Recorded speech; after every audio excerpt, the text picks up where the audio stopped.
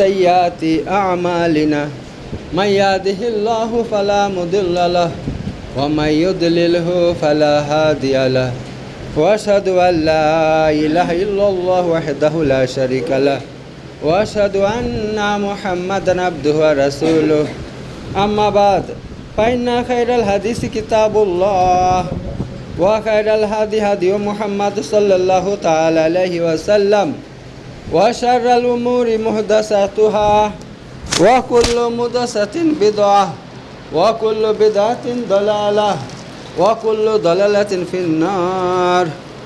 قال الله تبارك وتعالى في كلامه المجيد والفرقان الحميد والذين إذا فعلوا فاحشة أو ظلموا أنفسهم ذكروا الله فاستغفروا لذنوبهم وما يغفر الذنوب إلا الله ولم يصروا على ما فعلوا وهم يعلمون. সাদাকাল্লাহু আলিয়্যুল আযীম। তো আজকে আমি আপনাদের সামনে তওবা ইস্তেগফার নিয়ে কিছু কথা বলবো, আর লাস্টে আমি বলে দিব তওবা ইস্তেগফারের কিছু শর্ত আছে, কমসে কম 4 থেকে 5টা শর্ত আছে। ওই শর্ত যদি মানা না হয় তাহলে কিন্তু আল্লাহ তওবা ইস্তেগফার কবুল করবেন না, ঠিক আছে? তো আমি লাস্টে বলবো সেই তওবা ইস্তেগফারের শর্তগুলো লাস্টে বলবো।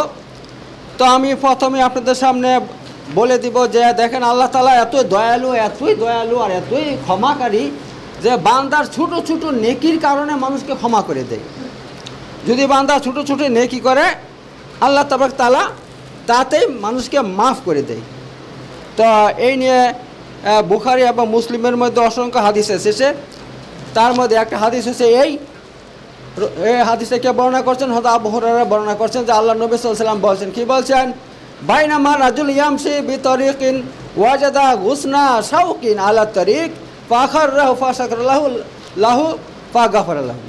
তো এখানে বলা হয়েছে বাইনামা রাজুল ইয়ামশি বিতরিকিন, এক ব্যক্তি এক রাস্তা দিয়ে চলে যাচ্ছিল, ওয়াজাদা গুসনা শাওকিন, ওয়াজাদা মানে পেল, গুসনা মানে একটা ডাল, শাওকিন মানে কাটার একটা ডাল ফেলো। কোথায় ফেলো? আলা তরিক, রাস্তার উপর। আলা মানে উপর, তরিক মানে রাস্তা। সে রাস্তার উপর একটা কাটার ডাল পেল। তারপর কি করলো? সেই ফাখারাহু, অতঃপর সেটা সেখান থেকে সরিয়ে দিল, রাস্তা থেকে নিয়ে অন্য জায়গায় রেখে দিল সেটা। ফাশাকারাল্লাহু, তো আল্লাহ তাআলা তার কি করলেন? তার এই ছোটো একটা কাজে কদর করলেন। শুধু তাই নয়, রাসূলুল্লাহ সাল্লাল্লাহু আলাইহি ওয়াসাল্লাম বলছেন ফাগাফারা লাহু, আল্লাহ তাআলা তার কারণে তাকে ক্ষমা করে দিলেন। দেখতে পেলেন কাজ কত ছোট একটা কাজ, যে রাস্তার মধ্যে একটা কাটা ডাল পড়ে আছে, তো ওইটা সে কী করলো? তুলে অন্য জায়গায় রেখে দিল, যার ফলে আল্লাহ তাআলা তার উপরে রাজি খুশি হয়ে গেল এবং আল্লাহ তাকে পছন্দ করলো, যার ফলে আল্লাহ তাকে মাফ করে দিল, তার গুনাহগুলো মাফ করে দিল। তো এই ব্যাপার আল্লাহ তাআলা মানুষকে ছোট নেকির কারণে মানুষকে ক্ষমা করে দেয়। এর আগে আমি আপনাদেরকে বললাম যে অসংখ্য হাদিস আপনাদের কাছে আমি শুনিয়েছি যে আল্লাহ কী কারণে মানুষকে মাফ করে দেয়, তার মধ্যে একটা। তো আবার অন্য একটা হাদিসের মধ্যে এসেছে, এই হাদিসটা কোথায় আছে? বুখারী শরীফের হাদিস নম্বর 652 নম্বর হাদিস। আর মুসলিমের মধ্যে হাদিসটা কোথায় আছে? 1914 নম্বর হাদিস। এবার আপনাদেরকে হযরত আবু হুরায়রার একটা হাদিস বলবো, যে তিনি বলছেন যে আল্লাহ রাসূল সাল্লাল্লাহু আলাইহি ওয়াসাল্লাম বলছেন, কি বলছেন? যে এক ব্যক্তি একটা রাস্তা দিয়ে চলে যাচ্ছিল, আর এটা আরব দেশের ঘটনা, এগুলো সব আরব দেশের ঘটনা। আর আরবের মধ্যে যারা গিয়েছেন তারা জানেন যে আরব এমন একটা দেশ যেখানে গরমের সময় প্রচণ্ড গরম থাকে, সে বিশাল গরম। কারণ আরব হচ্ছে আপনার মরুভূমির দেশ, বালি আর বালি, আপনি যাবেন খালি আর বালি, এত গরম হয়, আগুনের থেকে বেশি গরম, যার ফলে আপনার পিপাসা লাগবে, আধা ঘন্টা পানি যতই খাবেন একটু পর পিয়াস লাগবে, এই অবস্থা। তো এই ব্যক্তি ওই আরবের এক রাস্তার উপর দিয়ে যাচ্ছিল, যেতে তার প্রচণ্ড পিয়াস লেগে যায়, এতই পিয়াস লেগে যায় যে সে কী করে? কুয়া খুঁজতে লাগে, কোথায় কুয়া আছে। একটা কুয়া পেয়ে যায়। তো সেখানে কুয়াটা এমনই সিস্টেম ছিল যে একবার নেমে পানি পর্যন্ত পৌঁছে যেত, মানে সেখানে পানি খেয়ে চলে আসতো। তো সে কুয়াতে নেমে একদম পানি খেয়ে জানটা ঠান্ডা করে কুয়া থেকে বের হওয়ার পর কি দেখলো একটা কুকুর খুব হাঁপাচ্ছে, কারণ তার বিশাল পিয়াস লেগেছে। এমন পিয়াস লেগেছে, আল্লাহ রাসূল বলছেন যে পিয়াসের কারণে সে কিছু পানি পাচ্ছে না, তো মাটি কামড়িয়ে কামড়িয়ে খাচ্ছে। ওই ব্যক্তি দেখলো যে এই কুকুরটার অবস্থা বিশাল খারাপ, এই পিয়াস লেগেছে, যেমন আমার অবস্থা খারাপ হয়ে গেছিলো একটু আগে। তো সে কী করলো, আবার কুয়াতে নেমে তার ওই যে মোজা ছিল প্লাস্টিকের, সে মোজা দিয়ে পানি তুলে কুকুরটাকে যখন খাওয়াইলো, তাতে আল্লাহ তাআলা কী করলেন, আল্লাহ তাআলা রাসূল সাল্লাল্লাহু আলাইহি ওয়াসাল্লাম বলছেন ফাশাকারাল্লাহু লাহু ফাগাফারা লাহু, যে আল্লাহ তাআলা তার এই ছোটো একটা কারণ আমলের কারণে আল্লাহ তাকে কদর করলেন এবং ফাগাফারা লাহু, এবং তাকে ক্ষমা করে দিলেন, তাকে ক্ষমা করে দিলেন। হাদিসটা কোথায় আছে? হাদিসটা হচ্ছে বুখারী শরীফের হাদিস, হাদিস নম্বর 2363 নম্বর হাদিস। মুসলিমের মধ্যে আছে হাদিসটা 2244 নম্বর হাদিস। তো এই ব্যাপার, তো আল্লাহ তাআলা যেমন মানুষকে বড় বড় কারণে ক্ষমা করে দেন, এমন ছোট ছোট নেকির কারণে ক্ষমা করে দেন। এখন তো এটা প্রমাণিত যে আল্লাহ বিশাল দয়ালু, বিশাল দয়ালু, আর আল্লাহ বিশাল ক্ষমাকারী, বিশাল ক্ষমাকারী। আল্লাহর কাছে ক্ষমা চাইলেই আল্লাহ মানুষকে ক্ষমা করার জন্য দাঁড়িয়ে থাকেন, একেবারে সব সময় দাঁড়িয়ে থাকেন। আল্লাহ কখন ক্ষমা চাইবে, আমার কাছে ক্ষমা দিব, ক্ষমা দিব। তো এই ব্যাপার, এবার শুধু ক্ষমা চাইলে হবে না, তার শর্ত আছে, সে শর্তগুলো শুনবেন লাস্টে। হ্যাঁ, তবেই, কারণ শর্ত না মানলে আপনি যত ক্ষমা চাইবেন ক্ষমা করা হবে না, আপনার তওবা কবুল হবে না। তো এবার আপনাদেরকে বলবো বুখারী মুসলিমের আরেকটা হাদিস। এই হাদিসের মধ্যে বলা হয়েছে, এখানে বলা হয়েছে রাসূল সাল্লাল্লাহু আলাইহি ওয়াসাল্লাম বলছেন যে একটা বেশ্যা মেয়ে সে দেখতে পেল একটা কুয়ার সামনে, একটা গরমের সময়, প্রচণ্ড গরমের দিন, একটা কুয়ার সামনে একটা কুকুর চক্কর লাগাচ্ছে, চারদিকে চক্কর লাগাচ্ছে। মানে সে নামতে পারছে না কুয়াতে, পানিও খেতে পারছে না, কিন্তু সে বুঝিয়ে দিচ্ছে যে আমার বিশাল পিয়াস লেগেছে, বিশাল পিয়াস লেগেছে, একটু পানি তোমরা যদি পারো আমাকে দাও। তো মেয়েটা তার ভাষা বুঝতে পারলো, যদিও মেয়েটা বেশ্যা মেয়ে ছিল, খারাপ মেয়ে ছিল, কুকুরের ভাষা বুঝতে পারলো। ফলে কী করলো, ওই মেয়েটা তার ওই আপনার জুতা, আপনার ইয়ার জুতা আর কি, সে এমন জুতা সেটাতে পানি তোলা হবে, মানে সেটা কাপড়ের লয়, বুঝতে পারছেন তো? ওই যারা আমাদের আছে না মোজা পরে, সেই ইয়ার আপনার কী বলে গো, চামড়ার মোজা, সেইগুলো। তো সে চামড়া মোজাতে দড়ি লাগিয়ে পানি তুলে কী করলো, কুকুরটাকে খাওয়াই দিল। কুকুরটা যখন তার পিয়াসটা বুঝে গেল, তখন আল্লাহ তাআলা কী করলেন, রাসূল সাল্লাল্লাহু আলাইহি ওয়াসাল্লাম বলছেন যে এই ছোটো একটা কারণে, ছোটো একটা আমলের কারণে আল্লাহ তাআলা এই মেয়েটাকে ক্ষমা করে দিলেন। দেখলেন তো কী ধরনের মেয়ে ছিল? ওই মেয়েকে আল্লাহ তাআলা এই একটা ছোটো আমলের কারণে ক্ষমা করে দিলেন। তো এই ব্যাপার, এই হাদিসটা কোথায় আছে? বুখারীর হাদিস, হাদিস নম্বর 3467 নম্বর হাদিস। মুসলিমের হাদিসটা কোথায় আছে? 2244 নম্বর হাদিস। তো এই ব্যাপার, তো আল্লাহ তাআলা এভাবে মানুষকে ক্ষমা করে দেন ছোটো ছোটো আমলের কারণে। এবার দেখেন, যারা তওবা ইস্তেগফার করবে দুনিয়াতে, আল্লাহর কাছে ক্ষমা চাইবে, কিয়ামতের দিন তাদের জন্য কত সুসংবাদ। দেখেন কত বড় সুসংবাদ। আপনার যতই আপনার গুনাহ থাকুক, যত রকম আপনি গুনাহ করেন, পাপ করেন, যদি আল্লাহর কাছে তওবা করেন, ইস্তেগফার করেন, তাহলে আপনার কি ফায়দা হবে? এখন যে হাদিসটা বলবো, এইটা শুনলে আপনি বুঝতে পারবেন। এই হাদিসটা বর্ণনা করছেন হযরত আবু হুরায়রা রাদিয়াল্লাহু বর্ণনা করছেন। তিনি বলছেন যে আল্লাহ রাসূল সাল্লাল্লাহু আলাইহি ওয়াসাল্লাম বলছেন, কি বলছেন, যে কিয়ামতের দিন আল্লাহ তাআলা এক বান্দাকে ডাকবেন, ডেকে বলবেন আমার কাছে আসো। যখন আল্লাহর নিকট যাবেন, আল্লাহ তাআলা কি করবেন? আচ্ছা, ওই হাদিসটা একটু পরে বলছি, এর আগে আরেকটা হাদিস আমি বলে দিই, এই হাদিসটা বলে দিই, এই হাদিসটা বলে সেটা বলবো। এইটা এসে এই হাদিস যে এক ব্যক্তি কী করছে, একটা পাপ করে ফেলছে, বুঝলেন তো? পাপ করার পর এবার সে দোয়া করতে লেগেলো। দোয়া করার সময় এই কথা বললো আল্লাহকে, আল্লাহুম্মা গফিরলি যামবি, হে আল্লাহ তাআলা আপনি আমার এই গুনাহটা মাফ করে দেন। ঠিক আছে, সে গুনাহটা করে আল্লাহর কাছে দোয়া করলো এবং আল্লাহকে বললো আল্লাহুম্মা গফিরলি যামবি, হে আল্লাহ আমার এই গুনাহ আপনি মাফ করে দেন।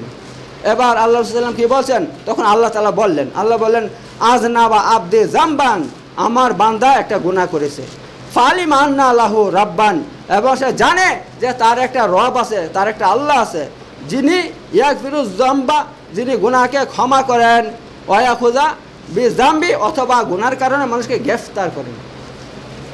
তিনি এই কথা বললেন, আল্লাহ তাআলা এই কথা বলে তাকে ক্ষমা করে দিলেন। কারণ সে জানে তার একটা রব আছে, এই জন্য সে আমার কাছে ক্ষমা চাইছে যে আল্লাহ আমাকে মাফ করে দাও। সে যদি না জানতো আমার কাছে ক্ষমা চাইতো না। আমাকে জানে যে আমি তার প্রতিপালক, আমি তার সৃষ্টিকর্তা, হ্যাঁ, আমি তার গুনাহ মাফকারী, এর জন্য আমার কাছে চেয়েছে, আমি তার গুনাহ মাফ করে দিলাম, আল্লাহ ওকে মাফ করে দিছে। তারপর আল্লাহ রাসূল সাল্লাল্লাহু আলাইহি ওয়াসাল্লাম কী বলছেন? আল্লাহ রাসূল সাল্লাল্লাহু আলাইহি ওয়াসাল্লাম বলছেন যে সে এই ব্যক্তি আবার দ্বিতীয়বার অন্য একটা গুনাহ করে ফেলে, তারপরে আবার কি করে, সে দোয়া করে, দোয়া করার সময় আবার এই কথা বলে, কি বলে, আয় রাব্বি ইগফিরলি যামবি, হে আমার প্রতিপালক, আপনি আমার এই গুনাহটা মাফ করে দেন, আমি এই গুনাহটা করে ফেলছি, মাফ করে দেন। তখন আল্লাহ তাআলা কি বললেন? আল্লাহ আবার বলছেন, আজনাবা আব্দি জামবান, আমার বান্দা একটা গুনাহ করে ফেললো, ফালিম আন্না লাহু রব্বান, এবং সে জানে তার একটা রব আছে, আল্লাহ আছে, ইয়াগফিরু যামবা, যে আল্লাহ গুনাহকে মাফ করেন, ওয়ায়াখুযু বিস যামবি, অথবা গুনার কারণে মানুষকে গ্রেফতার করেন, আযাব দেন। এই কথা বলে আল্লাহ তাআলা কি করলেন? দ্বিতীয়বারও তাকে ক্ষমা করে দিলেন। এবার আল্লাহ রাসূল সাল্লাল্লাহু আলাইহি ওয়াসাল্লাম কি বললেন? এই ব্যক্তি আবার তৃতীয়বার আবার অন্য রকমের একটা পাপ করে ফেললো, এবং সে দোয়া করার সময় আল্লাহকে বলল, কি বললে, আয় রাব্বি ইগফিরলি যামবি, হে আমার প্রতিপালক, আপনি আমাকে ক্ষমা করে দেন, আমাকে মাফ করে দেন। তখন আল্লাহ বলছেন, আজনাবা আব্দি জামবান, আমার বান্দা আবার গুনাহ করে ফেলছে, ফালিম আন্না লাহু রাব্বান, আর সে জানে তার একটা রব আছে, আল্লাহ আছে, ইয়াগফিরু যামবা, যে আল্লাহ তার গুনাহ মাফ করে, ওয়ায়াখুযু বি যামবি, অথবা গুনার কারণে শাস্তি দেন, গ্রেফতার করেন। এবার আল্লাহ কি বলছেন? ইমাল মা শিতা ফাকাদ গাফারতু লাকা, হে আমার বান্দা, তুমি এবার তোমার যা ইচ্ছা তুমি তাই করো, আমি তোমাকে মাফ করে দিলাম। দেখলেন আল্লাহ তাআলা তৃতীয়বার কি বললেন? মাফ করে দিলেন। এবং আল্লাহ বলছেন, ইমাল মা শিতা, হ্যাঁ, তুমি যা ইচ্ছা তাই করো, ফাকাদ গাফারতু লাকা, আমি তোমাকে অবশ্যই মাফ করে দিলাম। এখান থেকে কী বুঝতে পারছেন? এখান থেকে এটা বোঝা যাচ্ছে, মানুষ আপনি যতবারই গুনাহ করবেন আর আল্লাহর কাছে ক্ষমা চান, আল্লাহ আপনাকে মাফ করে দেবে। আপনি আল্লাহর কাছে যতবার গুনাহ করবেন, গুনাহ করার পর আল্লাহর কাছে ক্ষমা চাইবেন, যতবার ক্ষমা চাইবেন আল্লাহ আপনাকে ক্ষমা করে দেবে। ঠিক আছে, এই হলো ব্যাপার। তা এটা কোথায় আছে? এটা বুখারীর হাদিস নম্বর হচ্ছে ৭৫০৭ নম্বর হাদিস। মুসলিমের মধ্যে কত? ২৭58 নম্বর হাদিস। তো দেখেন, এই আল্লাহ তাআলা এভাবে বারবার গুনাহ করার পরও যদি মানুষ ক্ষমা চায়, তাকে আল্লাহ তাআলা মাফ করে দেন। এবার আমি আপনাদের সামনে ওই হাদিসটা বলবো। ওই হাদিসটা হচ্ছে এই, হযরত আব্দুল্লাহ ইবনে উমর থেকে বর্ণিত, যা রাসূলুল্লাহ সাল্লাল্লাহু আলাইহি ওয়াসাল্লাম বলছেন, কি বলছেন? আল্লাহ তাআলা কিয়ামতের দিন মুমিন বান্দাকে কাছে ডাকবেন, ডেকে বলবেন, হে বান্দা আমার কাছে আসো। যখন কাছে আসবে, আল্লাহ তাআলা তাকে এভাবে পর্দা দিয়ে মানে ঢেকে দেবেন, যাতে অন্য কেউ দেখতে না পায় ওর কথা, ওকে যা বলবে অনেকে শুনতে না পায়। অর্থাৎ আল্লাহ তাকে অপমান করবেন না কারোর সামনে, জোরে জোরে বলবেন না, যে বাকি যারা আছে সবাই শুনে ফেলবে, তাহলে অপমানিত হয়ে যাবে। তো আল্লাহ তাআলা কী করবেন? তাকে ঢেকে ফেলবেন। ঢেকে আল্লাহ তাআলা কি বলবেন? হে আমার বান্দা, তুমি দুনিয়াতে এই গুনাহটা করেছিলে? সে বলবে, হে আল্লাহ তাআলা, আপনি আলিমুল গায়েব, হে আল্লাহ, আপনি সমস্ত গায়েব জানেন, সব কিছু জানেন, আমি যা করেছি আপনি সব জানেন, এত আপনার সামনে আমি কি লুকাবো, আর আপনার সামনে আমি কি মিথ্যা বলবো যে করি নাই? অবশ্যই আল্লাহ, আমি করেছি। তখন আল্লাহ বলবে, হে আমার বান্দা, তুমি ওই গুনাহ করেছো? বলছে, হ্যাঁ আল্লাহ, ওইটাও করেছি। হে আমার বান্দা, এই গুনাহটা করেছো? হ্যাঁ আল্লাহ তাআলা, আমি এটাও করেছি। এভাবে আল্লাহ তাআলা তাকে অসংখ্য গুনাহ দেখাবেন, আর বলবেন, এটা করেছো কি করে নাই? সে বলবে, আল্লাহ আমি করেছি, অবশ্যই করেছি আল্লাহ। তখন আল্লাহ তাআলা কি বলবেন? আল্লাহ তাআলা বলবেন, ফাইন্নি কাদ সাতারতুহা আলাইকা ফিদ দুনিয়া ওয়াইনি আগফিরুহা লাকাল ইয়াউম। হে আমার বান্দা, তোমাকে আমি দুনিয়াতে তোমার এই গুনাহকে আমি কি ঢেকে রেখেছিলাম মানুষের নজরে, মানুষের সামনে তোমার গুনাহকে ঢেকে রেখেছিলাম, কাউকে আমি জানতে দেইনি যে তুমি পাপটা করেছো। হ্যাঁ শোনো, আর ওয়াইনি আগফিরুলাহা লাকাল ইয়াউম, আর আমি তোমার এই সমস্ত গুনাহকে আজকে মাফ করে দিলাম। তোমার এই গুনাহকে আমি মাফ করে দিলাম। কিসের কারণে? একটাই শুধু কারণ, যে তুমি দুনিয়াতে তওবা করেছিলে, আমার কাছে বারবার তওবা করেছিলে। গুনাহ করে ফেলেছো ঠিক আছে, কিন্তু তওবা করেছিলে, সঙ্গে সঙ্গে তওবা করেছিলে যে আল্লাহ আমাকে মাফ করে দাও। এই কারণে তোমার গুনাহকে আমি কী করেছিলাম? মানুষের সামনে আমি ঢেকে রেখেছিলাম, কাউকে জানতে দেইনি, আর আজকে মাফ করে দিলাম। তো দেখতে পাচ্ছেন তওবার কত বড় ফজিলত, এত বড় ফজিলত তওবার। তওবা করলে আল্লাহ তাআলা আপনার দুনিয়া তো আপনার সমস্ত পাপকে ঢেকে রাখবেন, মানুষের অপমানিত হইতে দিবেন না আপনাকে, হ্যাঁ, এবং আখেরাতে তো আপনাকে আল্লাহ বলছেন আমি মাফ করে দিলাম আজ তোমাকে, যাও। শুধু তওবার কারণে, তওবা এত বড় একটা নেকির কাজ, এত বড় একটা পুণ্যের কাজ তওবা জিনিস, ঠিক আছে। এইবার আমি আপনাদের সামনে তওবার কিছু শর্ত আছে সেগুলো বলবো, এক এক করে বলবো, ঠিক আছে। কারণ এই শর্ত যদি আপনি না মানেন তাহলে আপনার তওবা কখনো কবুল হবে না, কখনো কবুল হবে না। এবার আপনি জেনে রাখুন এই তওবার শর্ত কয়টা এবং কি কি সেগুলো জানে রাখেন। নাম্বার 1, ইখলাস। আপনার তওবার মধ্যে ইখলাস থাকতে হবে। ইখলাস মানে কি, আপনি তওবা করছেন শুধু আল্লাহকে রাজি করার জন্য, আল্লাহর সামনে তওবা করতে হবে, আল্লাহর সামনে তওবা করতে হবে। তাছাড়া আপনি মানুষের সামনে তওবা করলে হবে না, ঠিক আছে। দেখেন অনেক মানুষ কি করে, কাউকে বলে এই তুমি এই বিরাট অপরাধ করেছো, তুমি ক্ষমা চাও, ক্ষমা চাও, তুমি ক্ষমা চাও।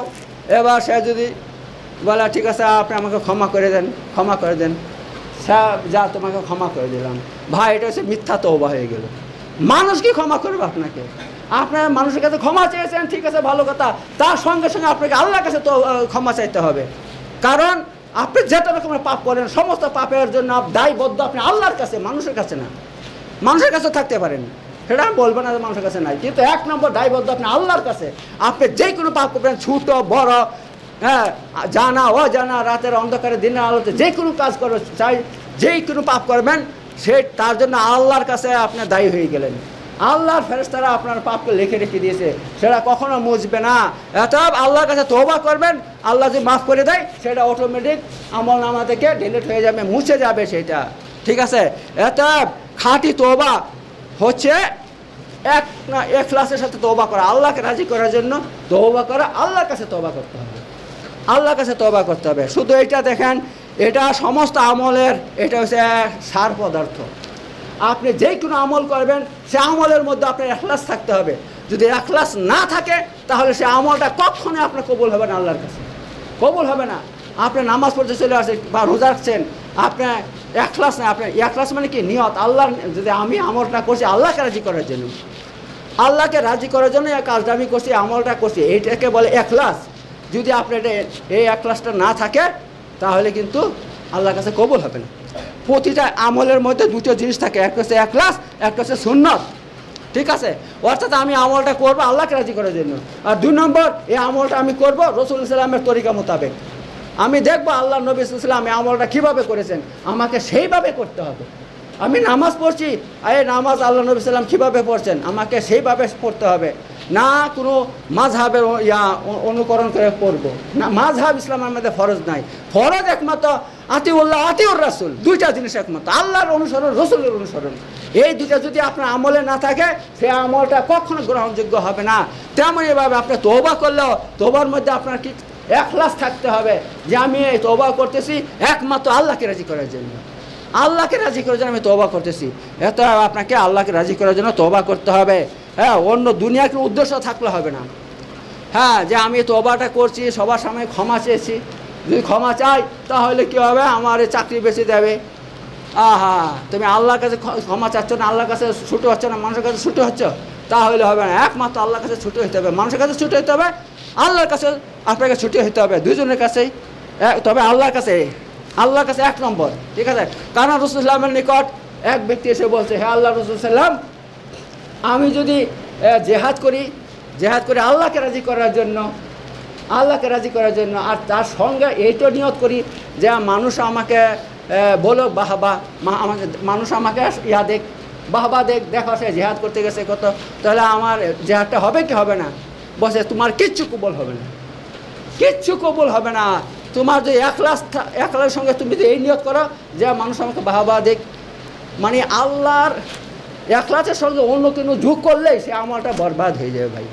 তো এই ব্যাপার, তো 1 নম্বর শর্ত ইখলাস। 2 নম্বর হচ্ছে আপনাকে ওই যে পাপটা করলেন তার জন্য আল্লাহর সামনে লজ্জিত হইতে হবে, আল্লাহর সামনে লজ্জিত হইতে হবে, আল্লাহর মানে অনুতপ্ত হইতে হবে যে আল্লাহ তাআলা আমি কাজটা করে ফেলছি, এটা আমার দ্বারা ভুলটা হয়ে গেছে, আল্লাহ আমি লজ্জিত, তার জন্য খুবই লজ্জিত, আমাকে মাফ করে দেন, আমি দ্বিতীয়বার এমন কাজ করব না। এমন লজ্জিত হইতে হবে। এই নয় যে কাজটা করে মুখে মুখে তোবা তোবা করছি আর লজ্জা শরম কিছু আল্লাহর সামনে প্রকাশ করছি না, ছোটো হচ্ছি না, হ্যাঁ, বিনয় হচ্ছে না, বিনয় বিনয় ভাব আসছে না আমার, হ্যাঁ। তা এরকম যদি হয় তাহলে কিন্তু আল্লাহ কবুল হবে না, তোবা তাহলে কবুল হবে না। বরং কী হতে হবে, আল্লাহর সামনে লজ্জিত হইতে হবে, অনুতপ্ত হইতে হবে, এই ব্যাপার। কারণ একটা হাদিসের মধ্যে এসেছে, যখন মা আয়েশার উপর বদনাম দিয়েছিল মুনাফিকরা, কিসের বদনাম দিয়েছিল? ওই নাউজুবিল্লাহ, সেটা মুখ দিয়ে বলতে পারবো না, একটা মানে খারাপ অপবাদ লাগিয়ে দিয়েছিল তেনার উপরে। যারা মুনাফিক ছিল তারা এই সমস্ত অপবাদ লাগিয়ে দিয়েছিল। এই কথা যখন আল্লাহ রসুলের কানে এলো, আল্লাহ রসুলাম এত দুঃখ পেলেন যে এটা কি বলছে মানুষ, কি বলছে, আমার স্ত্রী কখনো এমন কাজ করতে পারে? তা কখনো হইতে পারে না, করতে পারে না। বলছে, হ্যাঁ আয়েশা, আমি কখনো বিশ্বাস করি না তুমি এমন কাজ করেছ, কিন্তু শুনো, যদি তুমি করেই থাকো তাহলে তুমি আল্লাহর কাছে কী করো, তওবা ইস্তেগফার করো, আল্লাহ তোমাকে ক্ষমা করে দেবে। আল্লাহ রাসূলুল্লাহ কি ভাষা প্রয়োগ করছেন এই ব্যাপারে? তিনি বলছেন ইয়া আয়েশা ফাইন্নাহু ক্বাদ বালাগানি আনকি কাযা ওয়া কাযা ফাইন কুনতি বারিয়াতুন ফাস্তাস, আচ্ছা, ওয়া ইন কুনতি মুমতি বিজামবি ফাস্তাগফিরিল্লাহ ওয়া তুবি ইলাইহি ফাইনাল আবদা ইদা ইদা ইতারাফা বিজামবিন সুম্মা তাবাল্লাহু আলাইহি। হে আয়েশা, তোমার সম্পর্কে আমি এসব কি শুনছি, তোমার ব্যাপারে আমার কাছে এই কথা পৌঁছেছে, আমার কানে এই কথা পৌঁছেছে। এটা যদি তুমি সত্যিকার এই কাজ করে থাকো তাহলে তুমি কি করো, তা কী করো, আল্লাহর কাছে তওবা করো। আর যদি তুমি না করে থাকো তাহলে আল্লাহ তাআলা তোমার কিন্তু ব্যাপার নাই। আর যদি করে থাকো তুমি আল্লাহর কাছে তওবা করো। কেন? যদি কোনো ব্যক্তি, কোনো বান্দা আল্লাহর কাছে তার গুনাহকে স্বীকার করে আর তওবা করে, তাবাল্লাহু আলাইহি, তাহলে আল্লাহ তাআলা তার তওবাকে কবুল করেন। এই কথা তিনি বলছেন, আল্লাহ নবী সাল্লাল্লাহু আলাইহি ওয়াসাল্লাম। হাদিসটা মুসলিম শরীফের হাদিস নম্বর 2770 নম্বর হাদিস। এই কথা শুনে আল্লাহর রাসূলকে বলেন, মা আয়েশা বলেন, হে আল্লাহর রাসূল, আমি কি তওবা করব, আমি তো এমন কাজ করিই নাই, আমি এমন কোনো কাজ করি না, যা সব মিথ্যা কথা বলা হয়েছে। সেটা যাই হোক, তো এখানে শর্ত এই কথা বলা হয়েছে যে মানুষ যখন তো তার গুনাহকে আল্লাহর কাছে স্বীকার করবে, হে আল্লাহ, হ্যাঁ আমি উমুক পাপ আমি করেছি, উমুক গুনাহ আমি করেছি, যখন স্বীকার করবে, করার পর তওবা করবে, তাহলে আল্লাহ তাআলা তার তওবা কবুল করেন। এই হাদিসের মধ্যে আল্লাহ রাসূল সাল্লাল্লাহু আলাইহি ওয়াসাল্লাম এটা সাক্ষী দিচ্ছেন। আচ্ছা, আর 2 নম্বর শর্ত হয়েছে তর্কে মাসি, অর্থাৎ গুনাহকে পরিত্যাগ করা। আপনি যখন কোনো গুনাহ সম্পর্কে তওবা করতে চাইবেন আল্লাহর নিকট, প্রথমে কী করতে হবে, আপনাকে ওই গুনাহটা ছেড়ে দিতে হবে, ওই পাপটা ছেড়ে দিতে হবে। যখন ছেড়ে দিবেন, ছেড়ে দিয়ে তওবা করবেন, তখন আল্লাহ তাআলা আপনার তওবা কবুল করবে। আর আপনি যদি ওই গুনাহটাকে করে যাচ্ছেন, তওবা করছেন, তাহলে কী করে হবে? এক ব্যক্তির সামনে মদ রেখে দিচ্ছে, সে এক ঢুক করে পান করে, আবার একটু পর বলে আস্তাগফিরুল্লাহ, তাহলে এটা কি তওবা করা হচ্ছে না আল্লাহর সঙ্গে মজাক করা হচ্ছে? হ্যাঁ, তেমনইভাবে এক ব্যক্তি সুদ খায়, সুদের উপর টাকা দেয় মানুষকে, সে কী করে, হ্যাঁ, সুদের উপর টাকাও দিচ্ছে, টাকা নিচ্ছে, আবার আস্তাগফিরুল্লাহ, আল্লাহ আমাকে মাফ করে দাও, হ্যাঁ, কিন্তু ওই কাজ বন্ধ করছে না, কাজটা ছাড়ছে না, সুদের কাজ ছাড়ছে না, ওইটা জারি রাখছে। তাহলে তার এটা কি তওবা বলা হবে? এটাকে মজাক বলা হবে। তেমনইভাবে আপনি যেই কোনো পাপ করেন, সেই পাপটা আপনি ছাড়ছেন না, ছেড়ে দিচ্ছেন না, বরং পাপটাকে রাখছেন, আবার তওবা করছেন, তাহলে এই তওবা কখনো আল্লাহ কবুল করবে না, যতক্ষণ পর্যন্ত ওই পাপটা আপনি একবারে পরিপূর্ণভাবে না ছাড়বেন। ঠিক আছে? এবার হ্যাঁ, আপনি হয়তো পাপটা ছেড়ে দিয়েছেন, আবার কখনো ভুলে হয়ে গেছে, আপনার কাছ থেকে ভুলে হয়ে গেছে, তখন মাফ চাবেন, আল্লাহ মাফ করে দেবে। কিন্তু এই নয় যে আমি কাজটাকে বরাবর করিয়ে যাব, আবার আল্লাহর কাছে ক্ষমা চাবো, কখনো হবে না। আল্লাহ কখনো মাফ করবে না যতক্ষণ পর্যন্ত পরিপূর্ণভাবে পরিত্যাগ না করবেন। ঠিক আছে? তা এই ব্যাপার, তা এই ব্যাপারে হাদিসের মধ্যে এসেছে,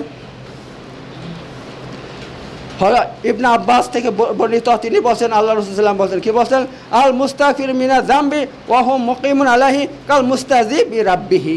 অর্থাৎ যে ব্যক্তি গুনাহ থেকে তওবা ইস্তেগফার করে, অথচ সে ওই গুনার পরে টিকে থাকে সব সময়, ওই গুনাহটা করে, কাল মুস্তাজি বিরাব্বি, সে এমন যেন সে আল্লাহ তার প্রতিপালকের সঙ্গে মজাক করছে। এটা আল্লাহ রাসূলের হাদিস। অর্থাৎ মানুষ যদি গুনাহ থেকে তওবা করে আর তার সঙ্গে সঙ্গে ওই গুনার পরে টিকে থাকে, ওই গুনাহটা সে বারবার করে যায়, তাহলে এটা এই রকম যেন সে আল্লাহর সঙ্গে সে মজাক করছে। তো গুনাহ না ছেড়ে তওবা করা মানে আল্লাহর সঙ্গে মজা করা। আর যে ব্যক্তি আল্লাহর সঙ্গে মজা করবে, আল্লাহ তার সঙ্গে মজা করবে দুনিয়া আখেরাতে, ঠিক আছে? তার মানে দুনিয়া আখেরাতে সে নাকাম হবে, বরবাদ হবে, ধ্বংস হবে। তো এ ব্যাপার। তো অনেক টাইম হয়ে গেছে, আমি আজকে এতটুকু ছেড়ে দিলাম। ইনশাল্লাহ সামনে শুক্রবারে এই বিষয়টা শেষ করে দেব। বারাকাল্লাহু ফিকুল আযীম ওয়া নাফা'না ওয়া ইয়াকুম বিযিকরিল হাকিম ইন্নাহু তাআলা জাওয়াদুন কারীমুন মালিকুন বারুর রাউফুর রাহিম।